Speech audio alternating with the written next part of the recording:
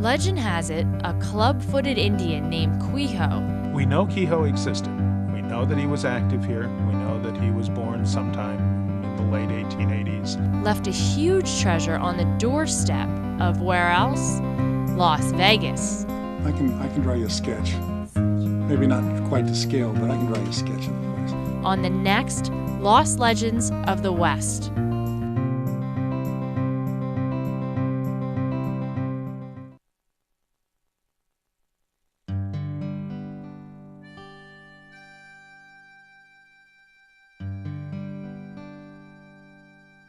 In the 1880s, carrying the mail in the West was a dangerous job. In addition to blizzards, snowstorms, and scorching deserts, carriers had an added threat to deal with: robbers. In 1890, a lone mail carrier made his way across the Nevada desert with a load of gold and money worth over $45,000. Before he reached his destination, he was robbed and killed by a Paiute Indian.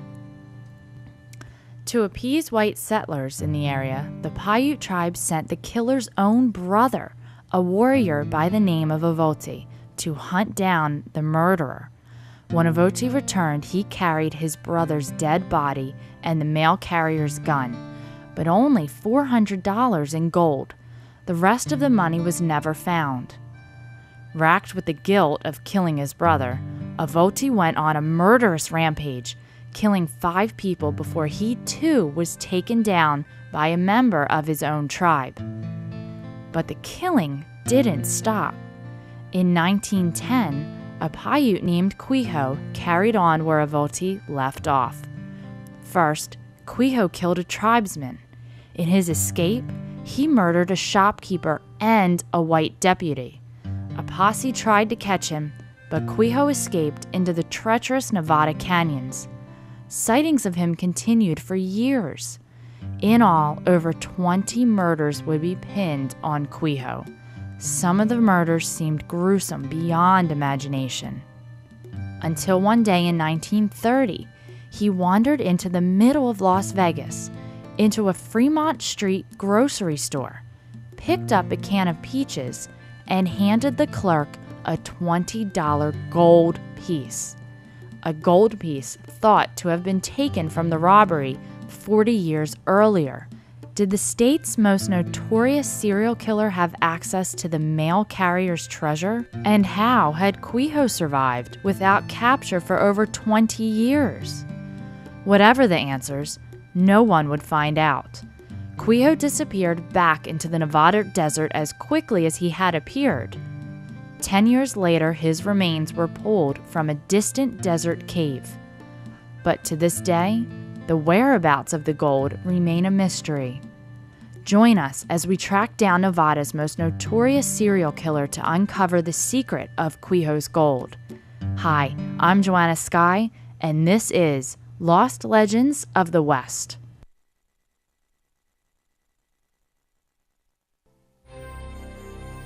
Every legend has some truth. Every truth has some legend.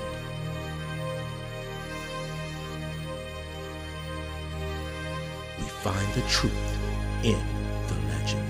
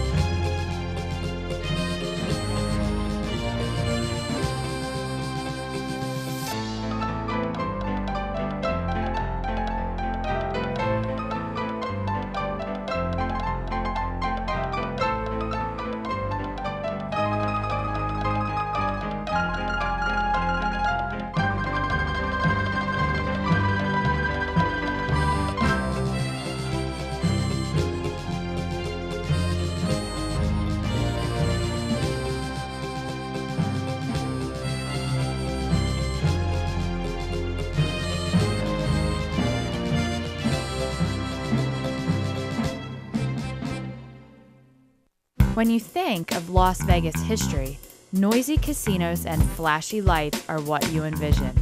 Ironically, during the sinful wild gold rush days of the West, Las Vegas was created as a religious center. Today, Las Vegas is known as the City of Sin, but it wasn't always that way. Hi, I'm Joanna Skye, and welcome to Lost Legends of the West. In the 1850s, Brigham Young sent a small group of Mormons from Salt Lake City here in an attempt to colonize the valley, and they built this adobe fort. Now, just 2 short years later, the Mormons were sent packing back to Salt Lake City because of the scorching desert conditions and some internal dissent. But the fort still stands and is the oldest structure in Las Vegas. It wasn't until the railroad was built in 1904 that Las Vegas grew into a small town. Not until 1930 did it have its first nightclub, the Pair o' Dice, even though gambling was not legalized until the following year. Las Vegas was still a small town when a club-footed Indian wandered into a grocery store on Fremont Street and purchased a can of peaches. Not that unusual, except for 2 things. First, he purchased his goods with a $20 gold piece, a gold piece that was supposedly traced back to a robbery 40 years earlier.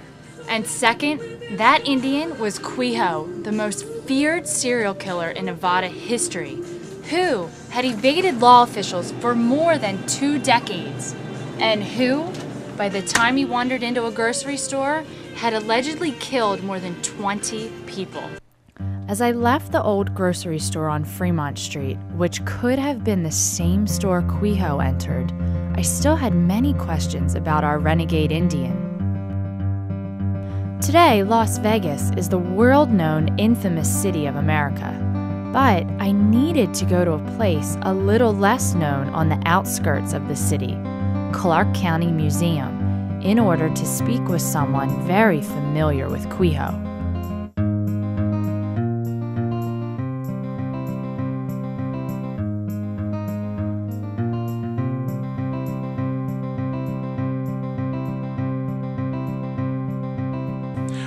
We know Quijo existed. We know that he was active here. We know that he was born sometime in the late 1880s, that by 1910 he started killing.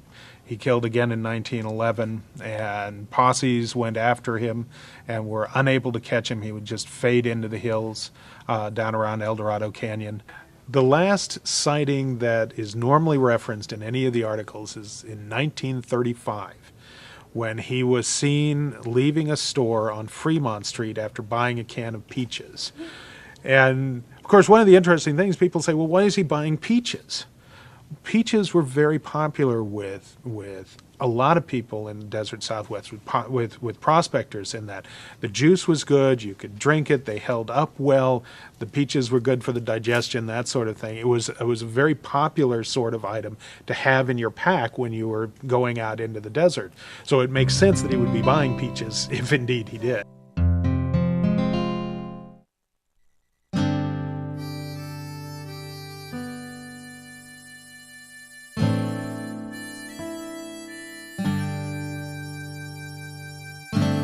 Mark Hall Patton said Quijo roamed around El Dorado Canyon, so that's where I went next. There used to be a huge mining operation here, but today, the only operation in this desert heat is a kayak and mine tour by the canyon's only resident, Tony Worley. Well, Quijo is just one of the Indians that live in the canyon a while ago. He starts out being a regular Indian working for the miners and doing things they would have him do in this area.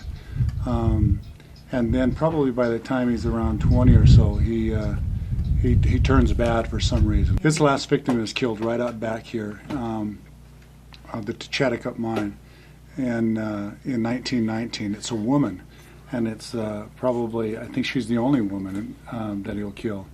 It's probably even an accident. He just is startled by her in the middle of the night after he's ransacking her kitchen, and he would shoot her point blank with a shotgun. This is what Tony was talking about. This is the site where Maud Douglas, Quijo's last victim, was murdered. Quijo's Cave is basically about 10 miles distance from here. It's probably a half-mile hike up about a 40-degree angle. Up a wash first of all for a quarter mile, and then 60-degree angle up to the bottom of the cliff. I can draw you a sketch. Maybe not quite to scale, but I can draw you a sketch of the place.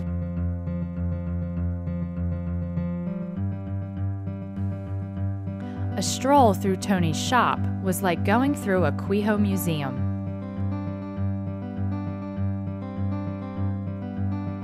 Afterwards, he was kind enough to draw me a rough map to the cave. Rock now on the other side of the bigger thing. This is Willow Beach. Here. Now, the river's going to come from the dam, and it's going to make a turn right at Willow Beach, straight down this way. This is the Nevada side. This is the Arizona side.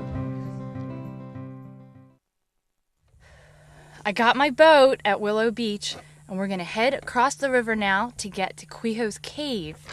In order to do that, we're going to follow Tony's map. It looks like we got to go about 1.5 miles down, and the first thing we're looking for is a pyramid-shaped rock with brush on either side. Once we find that, we're going to hike to the back of the rock and go down a rock wash about 1/4 mile to where it splits. Instead of going to the left, we're going to hike up about a 60-degree incline 1/4 mile and looking for a cliff. It's at the bottom of this cliff is where Quijo's Cave is. Now, he lived out here in these canyons, this remote area, for about 20 years, escaping the law officials, and hardly anyone has ever been up to this cave, but we're going to find it, so let's go.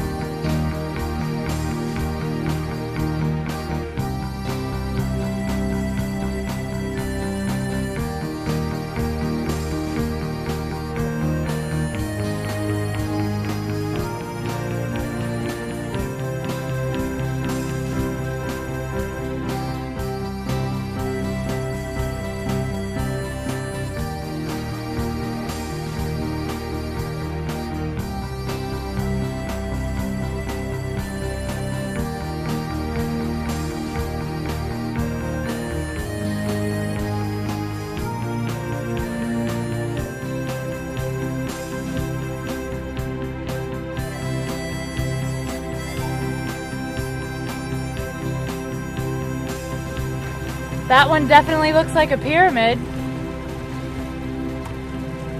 And there's vegetation on this side. Let's see what's on the other side.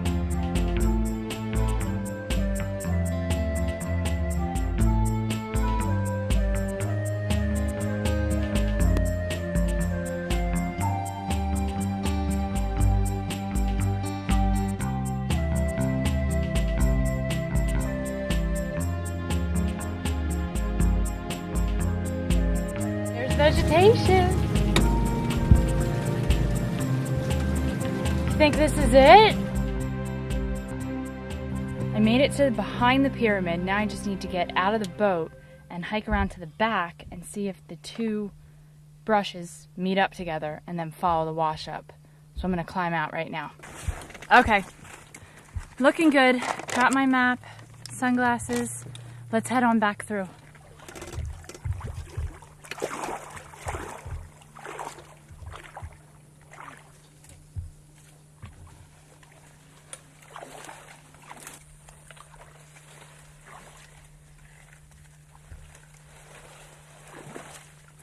I'm a little nervous in this environment because it's high snake season. Tony said he's caught 7 rattlesnakes just this year. So I just want to get through and get my boots on and get out of here.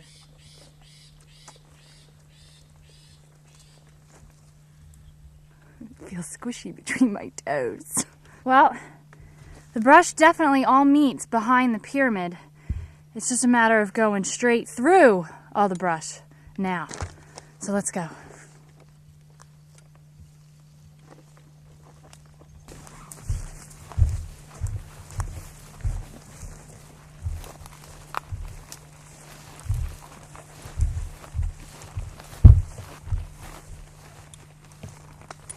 I just took my backpack off because I'm going to use it as a plow to push my way through all the brush. See if that works.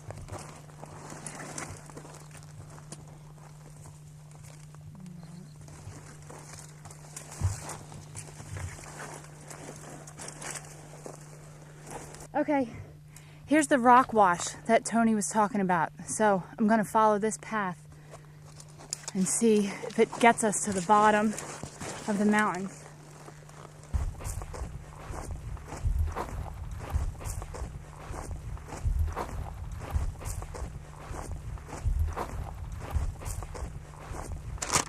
We made it back a quarter of a mile, and here's where it splits, and the wash continues off that way, but this is where we need to hike up this way. Before we do that, it's getting late, and it's been a really long day, so I'm actually going to set up camp, have some peach cobbler, get a good night's sleep, and this way in the morning I'll be refreshed, and we can head all the way up and have all day to look for Quijo's Cave. So good night. Now that I finally have camp set up and a decent fire going, which took a while to get started and was quite difficult to be honest with you, it's time to eat. And since Quijo went with Peaches, I figured, why not? We can go ahead and go with Peaches too. We had a bit of trouble getting the can open, but we're gonna go with the Peaches and make a cobbler, one of my grandmother's favorite recipes that she so kindly let me in on the little secret, which I won't tell you that much. But in order to make it, we're just gonna need Jiffy, our good old friend. This is campfire peach cobbler. Of course, milk, which we brought just enough, kept cool in a cantina. And also, believe it or not, an egg, which I had wrapped up.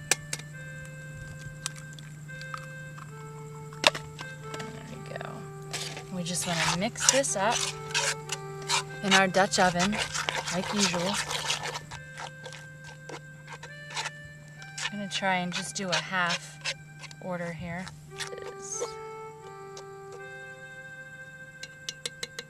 That looks pretty good. Okay, we're just going to put a couple in.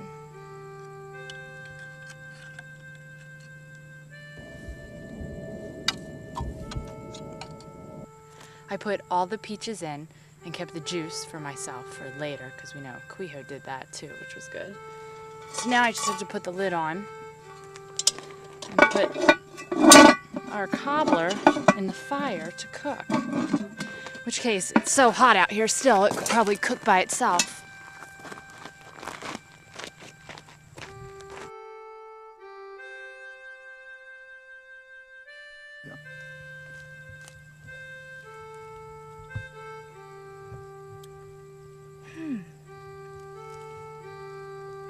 It's been a long day, and I have an even bigger day tomorrow because we're going to go find Quijo's Cave. I'm going to finish eating this and get straight to bed because I must get up bright and early tomorrow because we're going to find that cave.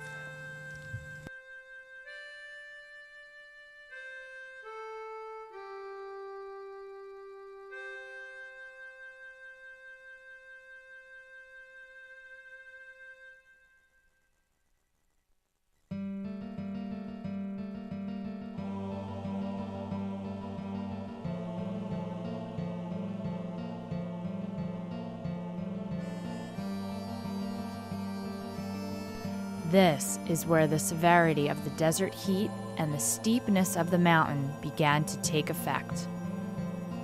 After the initial hike, I needed to then climb an almost 70-degree incline with my hands and feet on loose rocks. Unfortunately, this condition was not safe for my cameraman. I did, however, continue high up into the mountain, stopping every 10 yards to drink water and rest, all the while searching for Quijo's Cave or any sign of his treasure. I'm just very happy to be alive right now. I hiked up as far as I could go. I honestly believe I made it to the cliff, the 40-foot wall.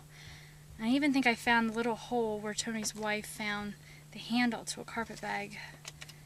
As far as finding the cave, I looked and I looked, and what I found is myself being faced with heat exhaustion. It is the middle of summertime in southern Nevada. Temperatures are above 120. Anytime I touched my hand on a rock climbing, the rock had to have been at least 140, near burning my fingertips. Not to mention tiny prickers in each of my fingers and hands all over. I am pretty much covered head to toe. If that treasure is up there, and it may be, I will come back in the winter time to find it. We had a lot of help from a lot of really great people on this legend. He is, and probably will always be, the last renegade Indian in the Nevada Territory. Until next time, I'm Joanna Skye, and this is Lost Legends of the West.